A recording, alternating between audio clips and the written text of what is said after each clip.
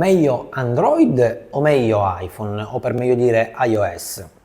Ora qui si parlerà per giorni, mesi, ma che dico mesi, forse anni.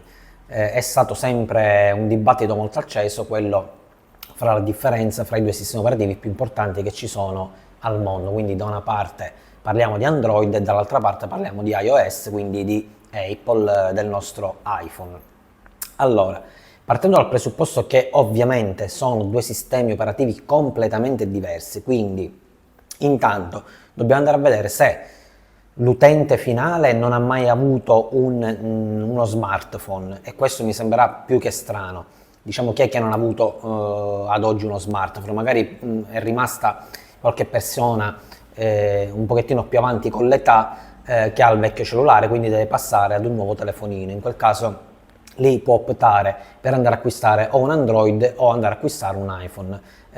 La differenza sicuramente sta nel prezzo, perché di Android economici se ne troveranno tantissimi. Come iPhone economici siamo intorno sempre come minimo prezzo dai 450-490 a salire, quindi già bisogna vedere la nostra disponibilità economica qual è. Secondo poi un utente che viene da un cellulare, quindi disconosce completamente il mondo dell'Android e il mondo dell'iPhone, avrà molta più facilità andare a scegliere un sistema operativo, perché comunque deve capirlo da zero. Quindi non dobbiamo andare a sradicare quelle nozioni che già ha preso da anni avendo avuto un Android, o al contrario andare a sradicare tutte quelle nozioni prese dall'iPhone per chi ha utilizzato per 10-15 anni l'iPhone. Quindi già parte molto più avvantaggiato stranamente chi deve andare a capire da zero un nuovo sistema operativo. Quindi in quel caso quelle persone potranno scegliere benissimo un Android o un iOS, quindi iPhone.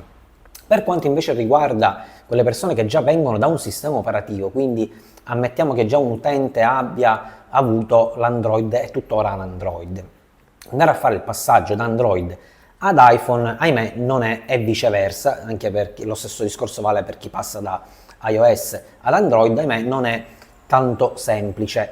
Intanto perché si deve essere insomma aperti di mente, quindi andare a capire benissimo le differenze, perché le differenze ci sono in tutto.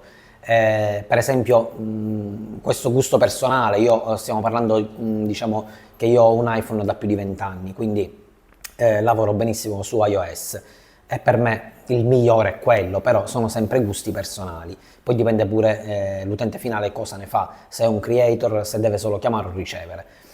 Quindi per me è sempre migliore, è sempre stato migliore un paletto in più ad Android l'iPhone. Però ci sono persone, per esempio, a cui piace benissimo l'Android e si trovano male con l'iPhone, che andare a fare il cambio di sistema operativo potrebbe risultare difficoltoso. Come abbiamo detto poco fa, potrebbe risultare molto difficoltoso fare il cambio da iOS ad Android, perché c'è un mondo di differenza. Quindi abbiamo detto che chi deve andare a comprare un cellulare nuovo, uno smartphone nuovo, non ha mai avuto a che fare con i sistemi operativi, benissimo può spaziare da Android ad iPhone. Chi invece deve fare il passaggio, quello potrebbe essere un salto nel buio. Insomma, quindi vi potrei consigliare di farvi prestare, se qualcuno può, un dispositivo Android o iPhone, insomma, per testarlo, prima di andare a spendere, insomma, dei bei euro, perché non costa poco l'iPhone. Quindi il mio consiglio è proprio, se magari qualche amico l'ha e magari ve lo fa tenere in mano un'oretta, insomma vedete proprio come funziona la disinstallazione dei programmi, l'installazione, passare dal Play Store all'App Store e viceversa, quindi andare a vedere effettivamente come funzionano benissimo le differenze dei sistemi operativi nei telefoni. Io di più invece mi concentrerei, anziché i sistemi operativi che già abbiamo capito che hanno un mondo di differenza, mi andrei a soffermare invece sulle marche. Perché ovviamente come iOS esiste solo iPhone, quindi per quello non ce ne sono problemi, quindi possiamo scegliere soltanto un iPhone, e qui in base ai modelli, che può andare dall'XSE 12, 11, 13, 14, ora c'è il 15, dalle versioni normali alle versioni Pro o addirittura alle versioni Plus. Quindi lì andiamo a spaziare solo su un tipo di telefono, iPhone è sempre quello, il sistema operativo sarà sempre quello di lì.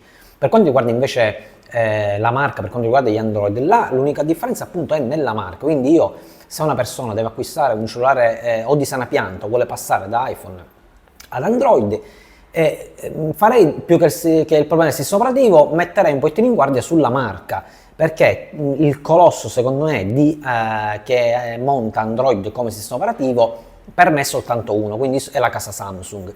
Quindi andrei ad evitare, andare a spendere anche centinaia e centinaia di euro, perché ci sono molte case di concorrenza che comunque vendono cellulari top di gamma che addirittura superano certe volte i Samsung stessi.